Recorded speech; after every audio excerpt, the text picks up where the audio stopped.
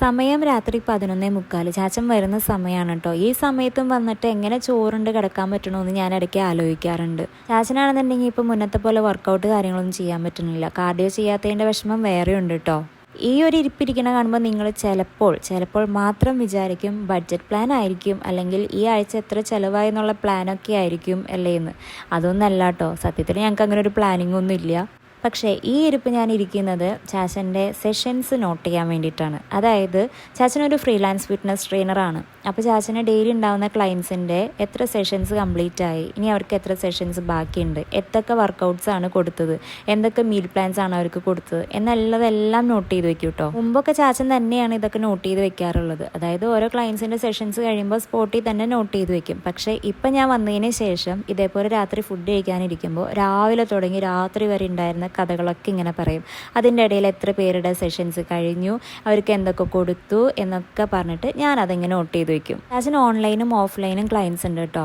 ഓൺലൈനായിട്ടുള്ള clients എന്ന് പറഞ്ഞാൽ പൊതുവെ യൂറോപ്യൻ കൺട്രീസിലാണ്. UK, കാനഡ, ജർമ്മനി അങ്ങനെയൊക്കെ കൺട്രീസിലുള്ളവരാണ് ഓൺലൈനായിട്ടുള്ളത്. നമ്മുടെ നാട്ടിൽ നിന്നുള്ള ക്ലയൻസ് പൊതുവെ കുറവാണെന്നല്ല, ഇല്ല കേട്ടോ. എനിക്ക് തോന്നുന്നു അവർക്ക് അഫോർഡ് ചെയ്യാൻ പറ്റാത്തതുകൊണ്ടായിരിക്കണം, അറിയില്ല.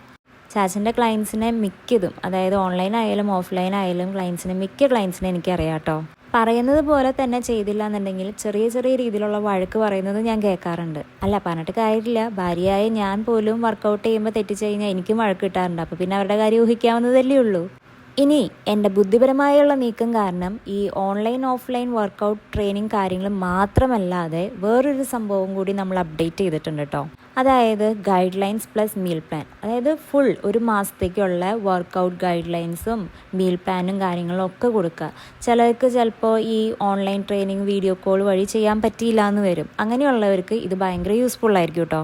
അപ്പോൾ ഒരു മാസത്തേക്കുള്ള വർക്കൗട്ട് പ്ലാനും മീൽ പ്ലാനും ഒക്കെ കൊടുത്തു കഴിഞ്ഞാൽ ആ മാസം അവർ കംപ്ലീറ്റ് വർക്കൗട്ടും മീൽ പ്ലാനും ഒക്കെ അതേപോലെ തന്നെ ചെയ്തിട്ട് ചാച്ചനെ ഫുൾ അപ്ഡേറ്റ് ചെയ്യും. അപ്പോൾ അതിലെന്തെങ്കിലും മാറ്റാനോ കൂട്ടാനോ കുറയ്ക്കാനോ ഒക്കെ എന്തെങ്കിലും ഉണ്ടെങ്കിൽ ചാച്ചൻ തിരിച്ച് അവർക്കും അപ്ഡേറ്റ് ചെയ്യും. അല്ലെങ്കിലും പെൺബുദ്ധി മുൻബുദ്ധി എന്നാണല്ലോ. ഈ പെണ്ണുങ്ങൾക്ക് കുറച്ച് കുരുട്ടുബുദ്ധി കൂടുതലായിരിക്കും. നമ്മുടെ കെട്ടിയന്മാരെങ്ങനെയെങ്കിലും ഉയർത്തിയെടുക്കണം എന്നാണല്ലോ കെട്ടിയന്മാർ ചിന്തിക്കുക.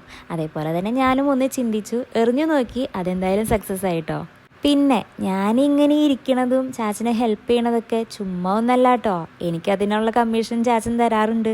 നമ്മൾ എന്തൊരു കാര്യം ചെയ്യുമ്പോഴും ബിസിനസ് മൈൻഡോടുകൂടി ചെയ്ത് കഴിഞ്ഞാണ്ടല്ലോ നമുക്ക് ഗുണം ചെയ്യും. അതിപ്പോൾ കെട്ടിയവനായാലും കെട്ടിയവളായാലും നല്ല രീതിക്ക് ചിന്തിക്കണം കേട്ടോ. നമുക്കും വേണ്ടേ ചെറിയ എൻ്റർടൈൻമെൻറ്റ്. എന്തൊക്കെ പറഞ്ഞാലും ഒരു പറ ചോറിൻ്റെ കണ്ണാടിയുടെ മുന്നിൽ പോയിട്ട് ഇങ്ങനെ ഒരു നിപ്പുണ്ട്. അയ്യോ എൻ്റെ വയറ് കൂടിയേ, എൻ്റെ വയറ് ചാടിയേ എന്നാൽ കാർഡിയോ ചെയ്യോ, അതുമില്ല. സമയം കിട്ടാത്തതുകൊണ്ടാണ് കേട്ടോ, പാവം.